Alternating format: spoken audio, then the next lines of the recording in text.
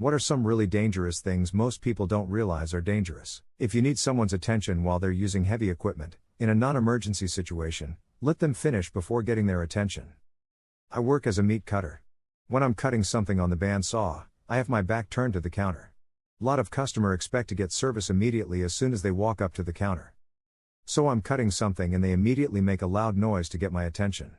Like picking up a metal sign post and banging it in the floor or slamming the counter. It surprises me, making me flinch depending on how loud it is. With my fingers inches from a saw that easily passes through the thickest of cow bones. I don't care how important your dinner date steak is. If I lose my hand, I will do my damnedest to punch you in the face with my bloody stump. Additional info since I received a lot of comments about it.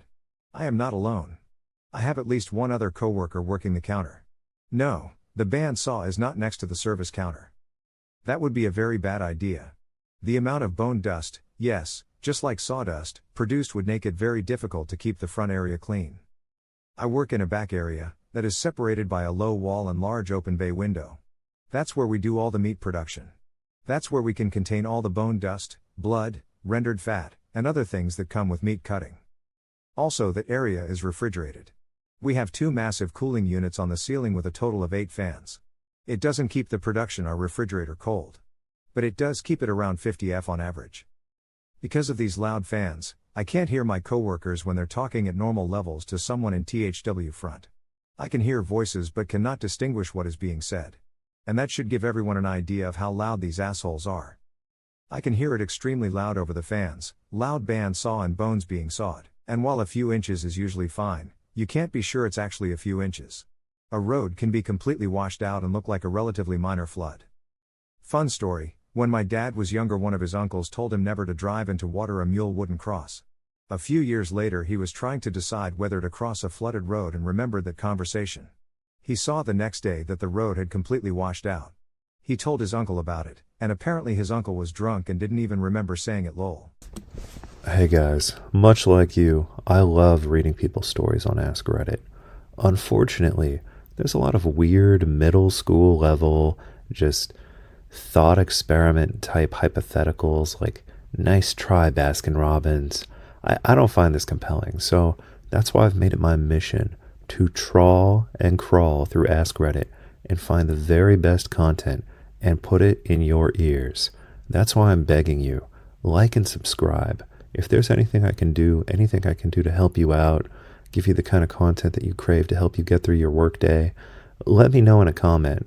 But please like and subscribe. I'm a firefighter and it's insane sometimes driving to a house fire or cardiac arrest when we haven't slept all night.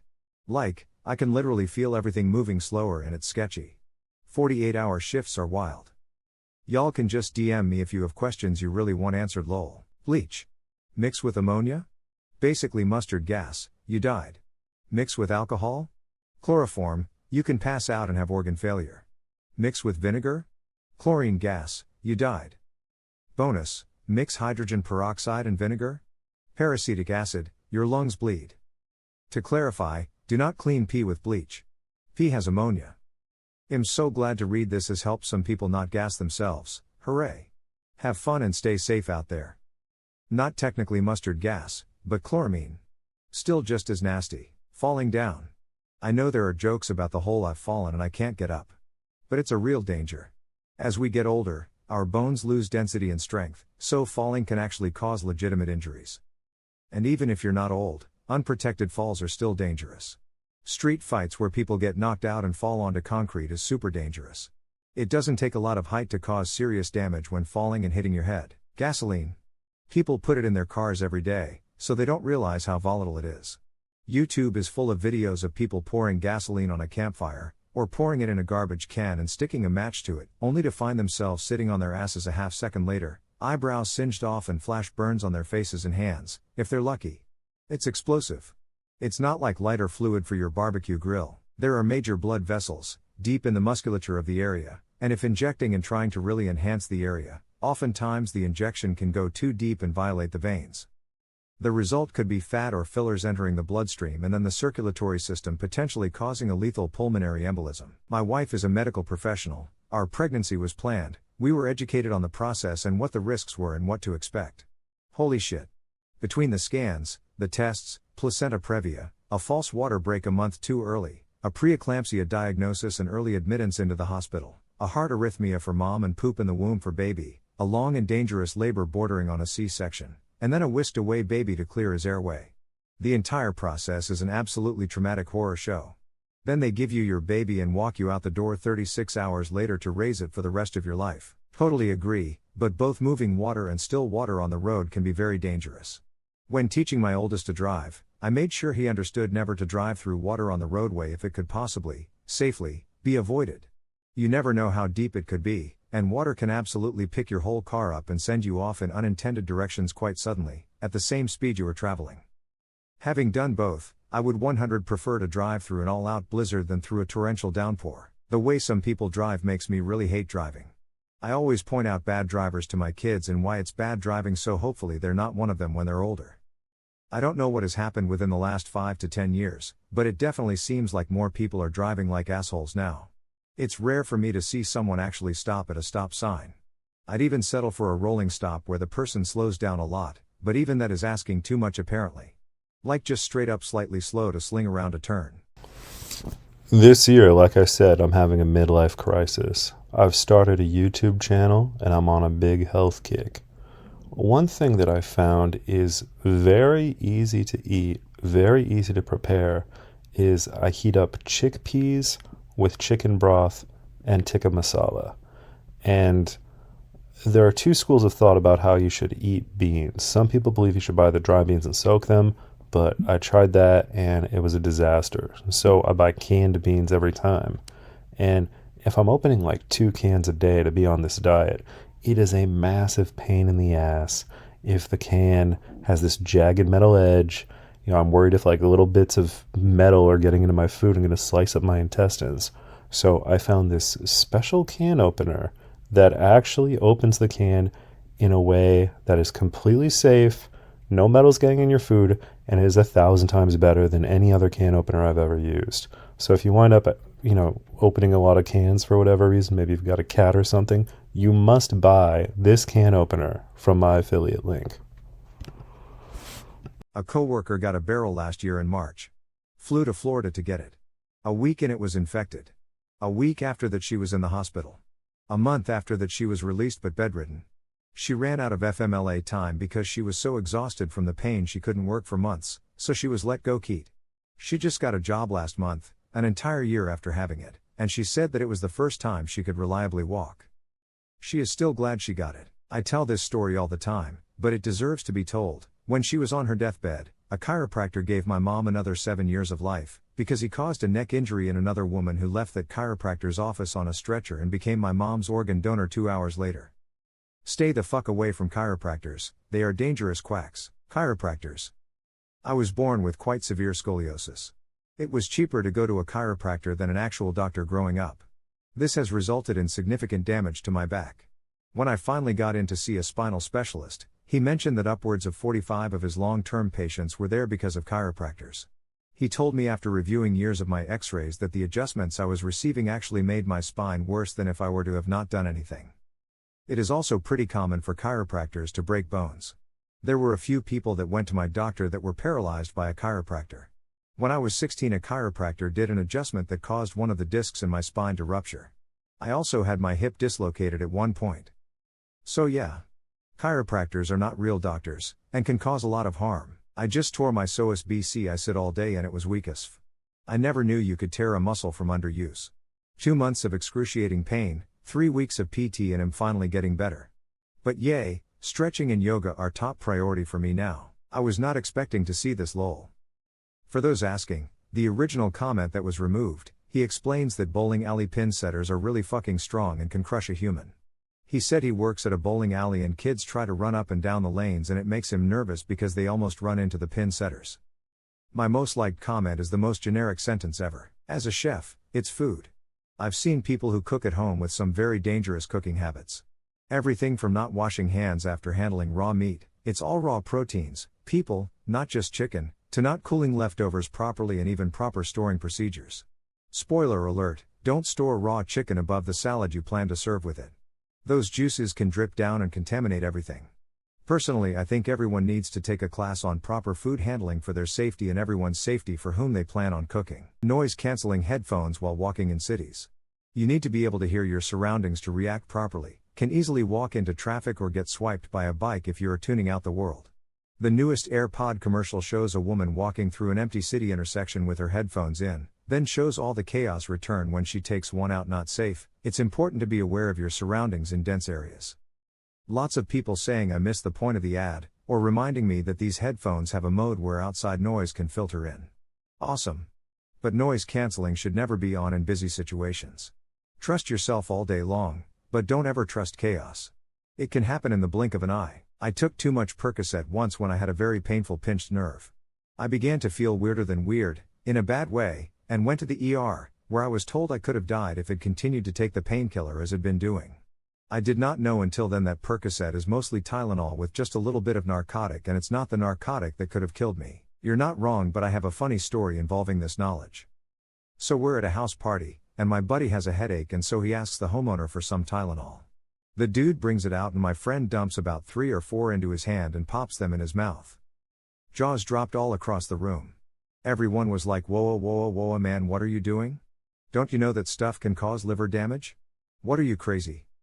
Meanwhile, I look around the room and there's people sniffing coke, blacked out drunk, people popping Xanax, snorting heroin, popping e-pills, even a few dudes on acid. And my buddy and I just look at each other like, are these guys dead ass? All these deadly drugs and they just freaked out over 1 or 2 Tylenol over the recommend dosage? I still laugh about it to this day. Such an odd fucking situation. I work as a paramedic and I think I once had the dumbest human of all time as a patient. We get called for a cardiac issue and arrive to find a gentleman in rapid atrial fibrillation, 180 BPM.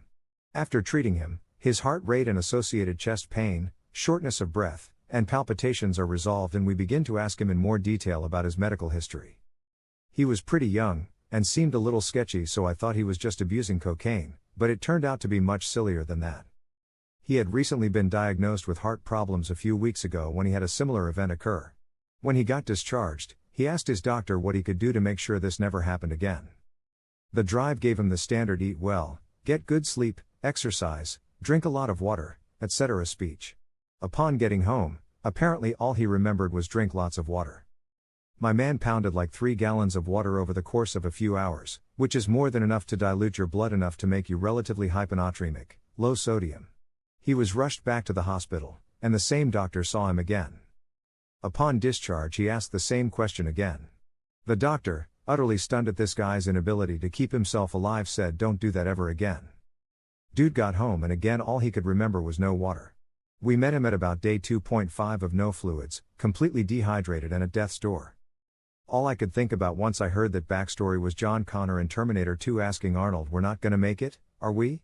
Humans, I mean." If there's ever a fly, or a mosquito, or like a yellow jacket, or some weird unknown insect in my house, my wife will not leave me alone until it is dead, and she will blame me personally for having a house that an insect entered. The only way that I'm able to buy peace for myself so that I can work on this YouTube channel that you enjoy is by using an electric fly swatter with an affiliate link in the description. The way this fly swatter works is that you hold down the little button and then you whack the fly as if it were a tennis ball, and it looks like a tennis racket. And what the electricity does is it stuns the insect or kills it so that you can clean it up easily. And the fact that it's a tennis racket gives you a much better chance of actually hitting the insect. And I found it invaluable, and I hope that you will decide to also use it in your home. And, if you're like a teenage boy, you can also whack other teenage boys with it. We used to do that in the Boy Scouts. People don't realize that not using their muscles is often the cause of their pain. I used to be a dancer, and when I stopped I had knee pain, back pain, neck pain, foot pain. I thought it was from overuse in my dancing days, and I'll admit I got super lazy at my desk job. I went to a chiropractor for years because it offered relief, but the pain would come and go. I started Aikido just a few months ago, and all that pain is just gone completely, except a bit of middle back pain, likely from the desk job. I'm confident if I keep it at the back pain will go too. It's like magic, except it's not magic. It's just using the body the way you're supposed to. 911 dispatcher here. We've all laughed at the "I've fallen and I can't get up" commercial. But I don't laugh anymore. The number of times I've heard someone say that is scary. Falling is absolutely deadly for the elderly, especially those that live alone. The number of times I've sent an officer to check the welfare of an elderly person who hasn't been heard from for days or weeks, only to find that they had fallen and couldn't get up and are now dead from dehydration, starvation, or some complication from the actual fall would surprise many people. If you have an elderly loved one, especially one that lives alone, make sure they have a cell phone they know how to use, how to keep charged, and keep it with them at all times. This can absolutely save their life. For new parents, sleeping with your newborn in the bed. A lot of SIDS cases are actually accidentally smothering from one of the parents rolling on the baby and not finding out until it's too late. Sadly, I've seen this happen more than a few times. Edit. Since many have asked. I work in a children's hospital and am often present when such patients come in by ambulance. Sadly, it's almost always too late to save them. I'm an avid skier. I was just skiing in Colorado at Loveland and it's absolutely insane to me how people will click into their skis with little idea how to actually ski and very little idea where any given run will go and just go.